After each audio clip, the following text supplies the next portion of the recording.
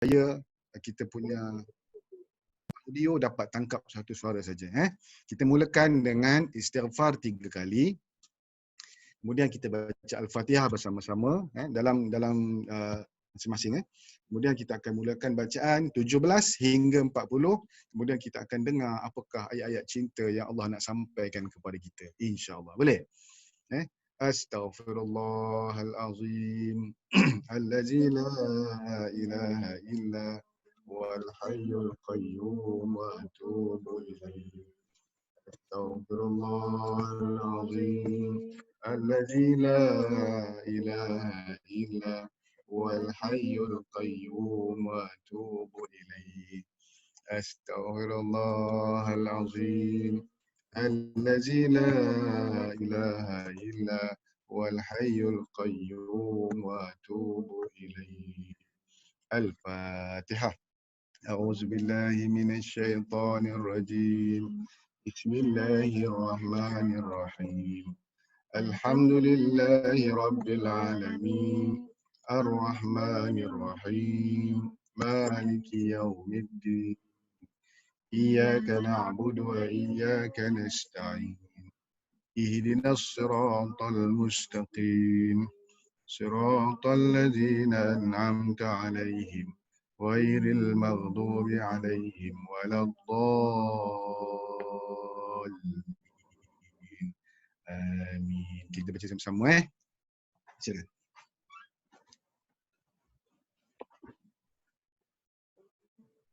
من الشيطان الرجيم. بسم الله الرحمن الرحيم. رب المشرقين ورب المغربين فبأي آلاء ربكما تكذبان مرج البحرين يلتقيان بينهما برزخ لا يبغيان فبأي آلاء ربكما تكذبان يخرج منهما اللؤلؤ والمرجان فبأي آلاء ربكما تكذبان وله الجوار المنشآت في البحر كالأعلام فبأي آلاء ربكما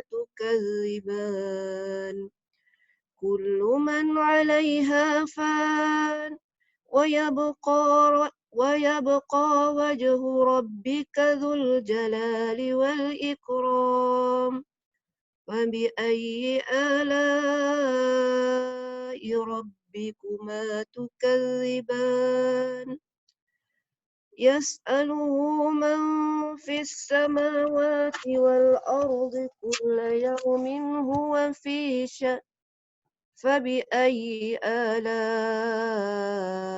ربكما تكذبان سنفرغ لكم أيها الثقلان فبأي آلاء ربكما تكذبان يا معشر الجن والإنس إن استطعتم أن تنفذوا من أقطار السماوات والأرض فانفذوا لا تنفذون إلا بسلطان فبأي آلاء ربكما تكذبان يرسل عليكما شواظ من نار ونحاس فلا تنتصران فبأي آلاء ربكما تكذبان فإذا انشقت السماء فكانت وردة كالدهان فبأي آلاء ربكما تكذبان فيومئذ لا يسأل عن ذنبه إنس ولا جان فبأي آلاء ربكما تكذبان صدق الله العظيم.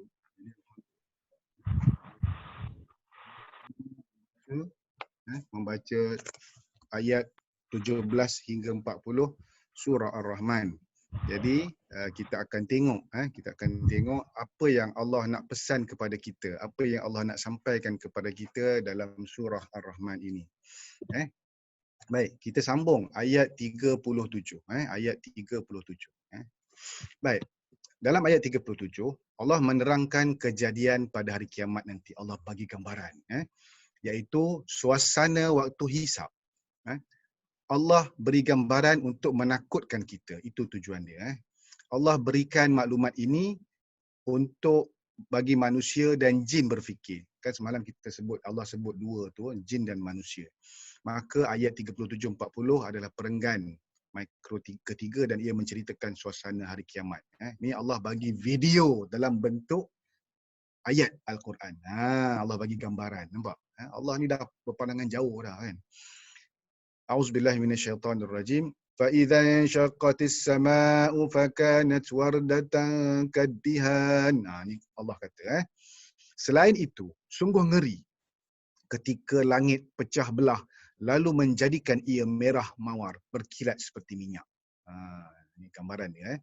Jadi macam mana rupanya? فَإِذَا انشَقَّتِ السَّمَاءُ, ketika langit terbelah. Langit terbelah. Bayangkan bumbung rumah kita tu terbelah. Macam tengah-tengah ngaji ni, tiba bumbung terbelah. Macam. Langit akan terbelah dan terbuka pada hari kiamat. Itu kerana ramai sekali malaikat turun. Ini adalah pada hari ditiupkan sangkakala, iaitu pada hari kiamat nanti. Waktu itu tidak sempat nak buat apa lagi. Jadi hari kiamat nanti, hari akhirat, Allah perintah Israfil untuk meniup sangkakala. Dia tiup, tak tahulah macam mana bunyinya kan. Dan ada orang rakam dalam YouTube, dalam media sosial, tunjukkan bagaimana ada bunyi pelik. Dekat beberapa buah negara dekat dunia ni bunyi pelik.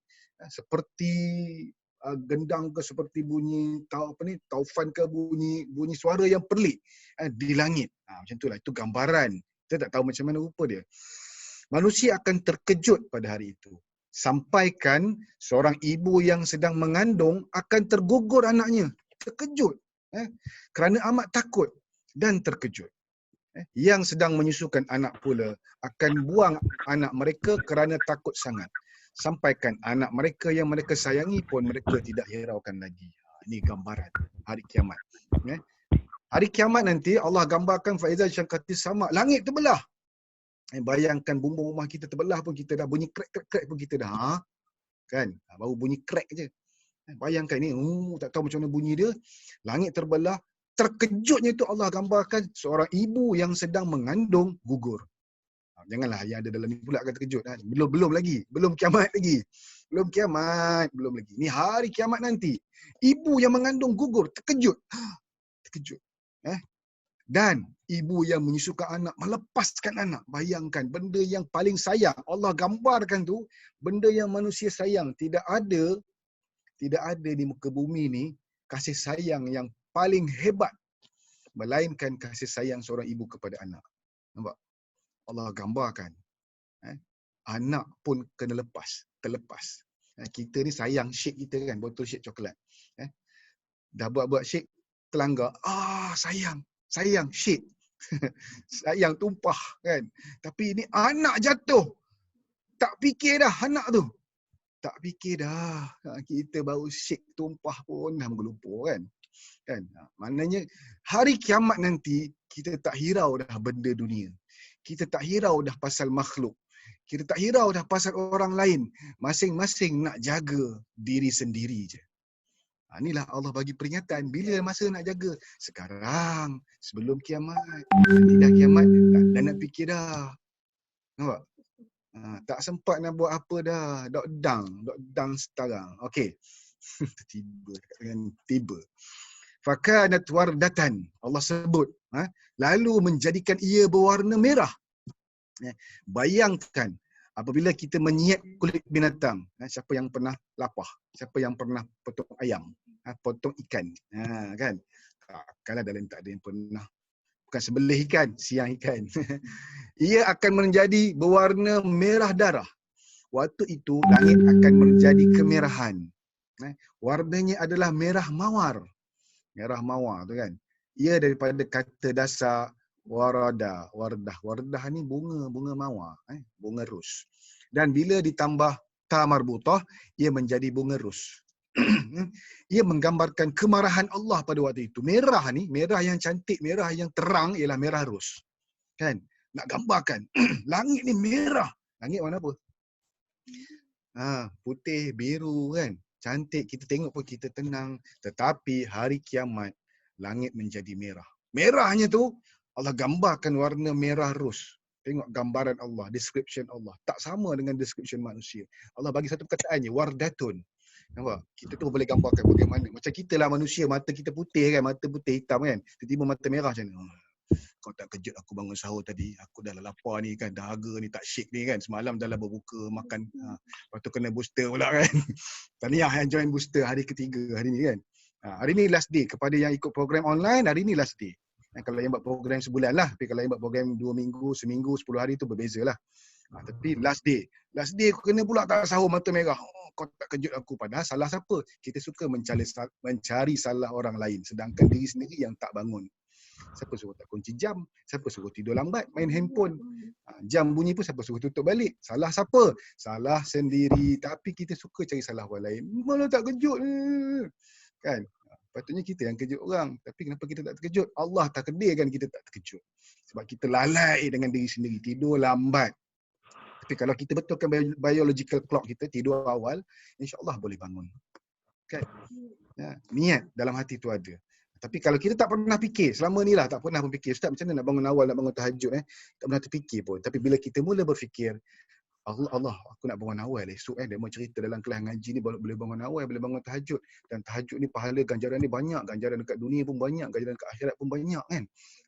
Ramadan ni pula double berganda 70 kali pula pahala dia. Rasa aku nak bangun lah. Kan? Dan kita bangun, kita buat. Dulu tak pernah buat, nak sembahyang 2 rakaat, sembahyang sunat pun susah. Hari ni kita dah boleh buat. Balik kelas mengaji ni boleh buat. Banyak, besar impact kita boleh buat sebenarnya. Bayangkan lepas ni dulu kita selalu berserabut kepala. Lepas ni kita pagi-pagi dah tenang. Dah tenang, dah boleh tarik nafas. Bayangkan. Itu yang Jim Rohn duk sebut. Kalau pagi-pagi kita buka surat khabar, dalam tu kita baca berita riot, berita berita rusuhan, berita aksiden, berita membunuh, berita kematian, rogol. Bagaimana kita nak lalui kehidupan hari tu dengan positif. Nampak? Tapi hari ni kita mulakan kehidupan dengar ayat-ayat cinta daripada Allah. Ni kalimah cinta ni Allah bagi setiap perkataan tu 6,236 ayat dalam Al-Quran. Patah perkataan, 6,236 patah perkataan ni kalimah-kalimah ayat 6,236 ayat 114 surah. Ayat yang ada dalam Al-Quran ni ayat-ayat cinta. Bila kita baca dia menyentuh hati. Tak ada buku lain kita baca menyentuh hati. Cuba cari. Tidak ada yang sama mukjizat dengan Al-Quran yang dibaca oleh satu dunia. Kita baca ni dekat Malaysia, dekat Belgium sana pun duk baca juga. Dekat Kanada sana duk baca juga. Dekat Afrika sana duk baca juga. Satu dunia ni tak pernah lagi orang berhenti membaca Al-Quran. Kita minum shake sebelah ni baru 94 buah negara tau. Tak banyak, 94 je. Jangan ingat orang Malaysia je minum shake. Nanti bila tengok orang putih Mak Saleh minum shake, terkejut kita dah 15 tahun dah. Kita baru 15 hari. Sedih. Baru 15 bulan minum shake. Tapi tahniah. Tahniah. Sebab kita jumpa juga. Allah takdirkan kita jumpa. Kalau Allah takdirkan kita sesat, tak jumpa syekh, tak jumpa kelas ngaji, tak jumpa, jenuh kita. Dah sambung balik cerita. Apa yang Allah nak sampaikan pada hari kiamat? Bagaimana gambaran dia? Baik, kedihan seperti minyak berkilatnya tu, warna merahnya. Dan ia berkilat. Ini adalah kerana apabila makhluk melihat ke langit, mereka akan nampak langit itu terbakar dengan dahsyatnya. atau ia akan jadi seperti minyak yang dipanaskan. Bayangkan langit tu merah. Langit ni warna putih, warna biru, cantik. Tapi kalau siapa pernah naik kapal terbang? Yang pergi vacation, yang pergi Korea, yang pergi Taiwan, naik flight 6 jam, nampak putih, cantik kan. Yang tak naik tu lepas ni dia akan naik lah, insyaAllah. Saya doakan semua dalam ni ada 100 lebih orang akan naik flight, kita pergi Spain sama-sama atau kita pergi Pattaya sama-sama, dan bukan naik biasa-biasa, naik VIP. Bila naik flight kita nampak lawan merah, lawan putih. Belum merah kiamat. Kita tengok hari kiamat nanti merah. Dahlah merah seperti warna wardah, warna ros, tanda Allah marah. Macam minyak berkilat api tu marak. Merah tu kedihan. Berkilat-kilat seperti api yang marak. Awan tu terbakar. Bayangkan gambaran hari kiamat. Teruk. Teruk. Teruk. Apa ya Allah subhanahu, Masya Allah, tabarakallah. Tak boleh nak gambarkan. Cerita pun takut. Takut. Fabi ayyi ala'i rabbikuma tukadziban. Maka yang mana satu di antara nikmat-nikmat Tuhan kamu yang kamu hendak dustakan. Ini ayat 38. Allah dah bagi nikmat banyak yang kita dah sebut hari-hari dah. Kita dah sebut hari-hari, dan hari ini kita ada 218 yang sedang mendengar ini. Alhamdulillah, masya-Allah, tabarakallah. Mudah-mudahan menjentik hati kita untuk berfikir tentang yang seterusnya. Okey. Kamu sekarang menidakkan kuasa Allah untuk menjadikan hari kiamat itu, bukan? Kalau yang tak percaya, nak tak kita menafikan, nanti kamu akan lihat sendiri yang ianya terjadi dengan sebenar. Maka waktu itu adalah kamu hendak dustakan lagi kuasa Allah. Nampak? Jangan sampai dah berlaku betul-betul baru kita nak terkejut. Kiamat itu kiamat betul. Kiamat dalam kehidupan kita macam mana? Siapa yang pernah tengok orang meninggal? Siapa yang pernah sakit? Tiba-tiba hari ni dia sihat, pop, dia sakit. Darah tinggi. Saya pernah kena 218 atas bawah 146. Masa tu baru rasa macam nak kiamat. Nampak video kehidupan saya masa tu. Oh, anak aku macam mana, oh, isteri aku macam mana. Allah gambarkan masa tu kita lepaskan semua. Nak tarik nafas je, nak tarik nyawa je. Nampak? Itu tanda kiamat dunia. Mati kiamat dunia. Kita berhari-hari mati, malam tadi kita tidur mati. Nasib baik pagi ni Allah takdirkan bangun balik. Nampak tu kiamat dunia ni, kiamat betul-betul. Nikmat mana lagi yang kita nak dustakan Allah bagi. Baik. Ayat seterusnya 39-40 habis. Besok kita baca muka surat baru kan. Tahniah. Nampak? Punya lama dah kelas kita berlangsung. Dan tahniah kepada yang baru jumpa link ni. Allah takdirkan, Allah pilih kita. Syukur kepada Allah, Allah memilih kita untuk mendengar kalimah-kalimah cinta dari Allah. Sampaikan, sebarkan, ambil gambar, bagi tahu dekat orang lain. Jom kita mengaji sama-sama. Tak dapat pergi masjid, tak apa. Tapi ada masjid online. Alhamdulillah kot. Okay. Fayawma idzil la yus'alu an zambihi insun wala jan. Pada hari itu, tiada siapa pun, sama ada manusia atau jin, yang akan ditanya tentang dosanya, kerana masing-masing dapat dikenal menurut keadaannya. Nampak? Hari kiamat nanti kita akan datang, kita akan dibangkitkan bagaimana rupa kita. Kalau kita ni banyak baiknya, minum syek banyak, muka licin. Minum syek banyak, muka muda. Umur 42 macam 24. Tapi minum syek jarang-jarang atau kadang-kadang atau bila sakit baru teringat, maka mukanya pun macam syek yang baru ingat syek lah. Okey. Bergantung kepada amalan. Nak ceritanya bergantung kepada amalan. Kita datang nanti. Fayauma izin, pada masa itu, pada hari kiamat. Itu pada hari padang mahsyar, hari dibangkitkan. La yus'alu an zambihi. Tiada siapa pun yang akan ditanya tentang dosanya. Masing-masing tahu. Macam mana tahu? Kita datang dengan rupa amalan kita. Kenapa pula tidak ditanya? Kita kena faham yang hari akhirat dijelaskan dalam fasa-fasa dalam Al-Quran ini. Tidaklah semua ayat menyatakan keseluruhan tentang hari kiamat. Satu ayat mungkin menerangkan satu fasa dan satu ayat lagi menerangkan fasa yang lain. Kalau kita baca ayat-ayat sebelum ni, kita Allah dah cerita dah. Bagaimana manusia akan terima buku amal tangan kanan. Bagaimana manusia yang menerima buku amal tangan kiri. Kita dah baca dah. Yang belum baca, lepas ni baca balik. Ulang kaji balik. Ulang kaji. Baik. Ayat yang kita sedang baca ini berlaku dalam fasa awal hari kiamat. Kita dibangkitkan. Kita dibangkitkan pada selepas dihancurkan tu. Kita dibangkitkan. Pada hari itu tidak perlu ditanya tentang dosa yang telah dilakukan manusia dan jin. Kerana masing-masing dapat dikenal menurut keadaannya masing-masing. Macam penjenayah yang baru ditangkap dan dibawa ke balai polis. Macam mana rupa penjenayah kena tangkap? Tangan kena gari, dekat belakang, baju dah tunggang langgang dah kan. Muka mungkin ada darah ke kat sini kan. Contohlah sebab dah kena bedal. Kalau tak kena bedal dia muka bersih je. Itu penjahat yang beriman. Kan? Okey, tapi itu gambaran, gambaran. Penjenayah yang baru ditangkap dibawa ke balai polis. Tidak ditanya pun kita sudah tahu mereka muka bersalah. Kalau orang baik dibawa ke masjid. Dibawa pergi kelas haji. Tapi orang yang bersalah dibawa ke balai polis. Contohlah PKP kan, tak boleh keluar seorang. Hari ni baru boleh keluar 2 orang. Dia pergi keluar juga. Ada juga yang ambil kesempatan menjadi petugas kesihatan, nampak? Ada juga bawa masuk balai. Tengok muka masuk balai macam mana. Toya je, sian dia kan. Siapa suruh buat salah? Allah tu adil, dia tahu. Baik. Dan dalam ni saya tahu dalam ni ada ramai ulama, ada ramai tok guru, ada pensyarah-pensyarah. Saya minta maaf kalau penerangan penjelasan saya ni agak melampau ke apa ke, tapi saya cuba memberi gambaran dalam bahasa yang mudah difaham. Bahasa mudah difaham. Saya bukan yang terbaik menyampaikan, tapi saya menyampaikan sebab kita berkongsi sebenarnya. Baik. Mujahid, salah seorang ulama tafsir, telah mengatakan sehubungan dengan ayat ini bahawa para malaikat tidak menanyakan tentang orang-orang yang berdosa, melainkan para malaikat mengetahui mereka dengan sendirinya melalui tanda-tanda yang ada pada mereka. Maknanya Allah bagi gambaran, Allah bagi nampak bagaimana rupa orang-orang yang bersalah pada hari kiamat nanti. Macam itu, macam juga muka pelajar yang ambil keputusan peperiksaan mereka. Ni cikgu tahu. Ni cikgu nak bersara besok. Bersara pun online. Itu yang bestnya. Okay. Mereka sendiri sudah dapat agak apakah yang mereka akan dapat. Sama ada baik atau buruk. Orang bersalah dia tahu dah. Kan? Orang yang baik tahu dah. Orang yang bersalah dia tahu juga.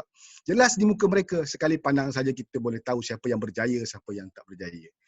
Orang yang berjaya, dia nak pergi ambil exam. Orang yang bersedia nak ambil exam, muka dia excited. Kan, nak ambil keputusan. Dia dah jawab dengan baik, dia dah bangun mayang hajat hari-hari kan. Dia dah buat yang terbaik dalam peperiksaan, dia nak pergi ambil result tu, dia excited. Dia tahu. Tapi orang yang bangun nak study pun malas kan. Dia rasa nak ambil tu, aku dilulus ke, berdebar-debar macam mana gayanya kan. Cuba dengan mak bapak yang anaknya tak study, dia akan budak mampulah aku, macam mana aku nak cerita dekat orang lain nanti kan. Nanti kalau orang tanya anak aku berapa aku tak boleh nak jawab. Kan? Macam itulah nanti Baik. Mereka yang berdosa itu sudah tahu apa yang mereka buat semasa mereka di dunia. Kita buat apa? Mengaji ke tidak? Kita sebarkan kebaikan ke tidak? Kita ajak orang jadi tingkatkan ekonomi ke tidak? Maka akan tampak jelas kekesalan dan kekhawatiran pada wajah mereka. Muka cuak. Tambahan pula, Allah akan jadikan tanda pada muka mereka. Ada tanda pula. Apakah dosa utama yang telah mereka lakukan? Orang yang berdosa ni ada tanda. Selepas fasa ini, maka akan diteruskan dengan fasa seterusnya di mana mereka akan ditangkap dan akan ditanya dan dipersoalkan satu persatu tentang apakah yang mereka telah lakukan di dunia dulu.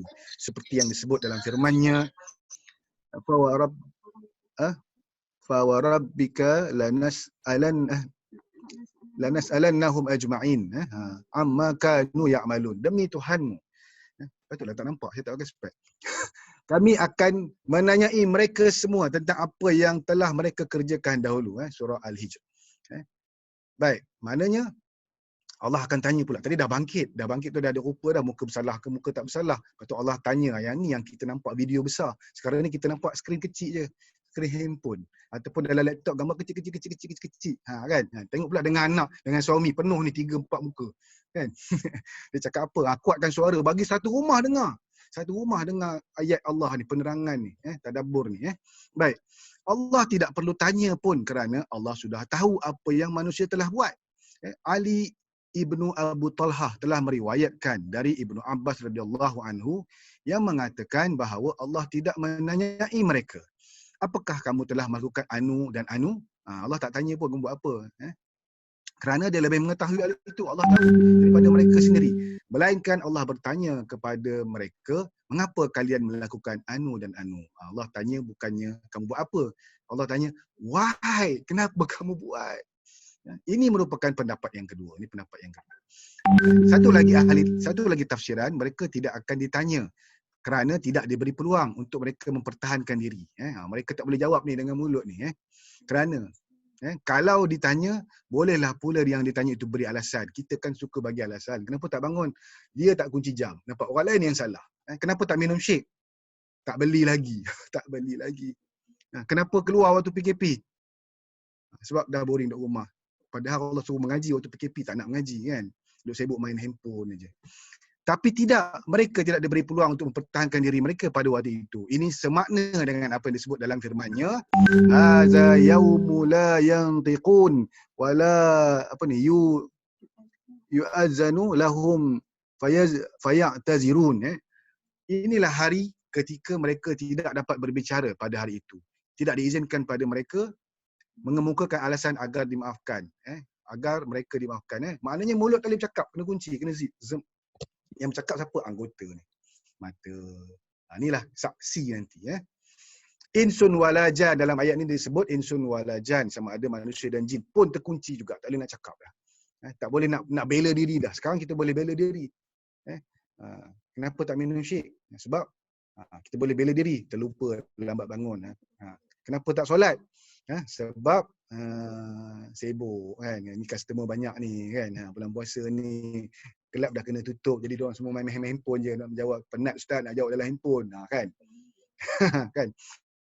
Sama ada jin dan manusia. Sekarang Allah sebut manusia dulu. Yang ayat sebelum ni Allah sebut jin dulu.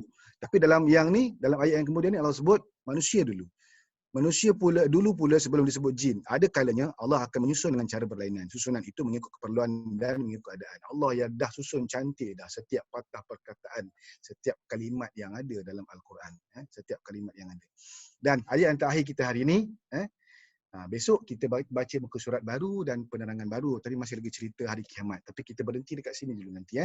Fabi ayyi ala'i rabbikuma tukaziban. Allah sebut dalam surah Ar-Rahman 31 kali. Allah tanya lagi. Ini dia panggil the power of repetition. Memang ada.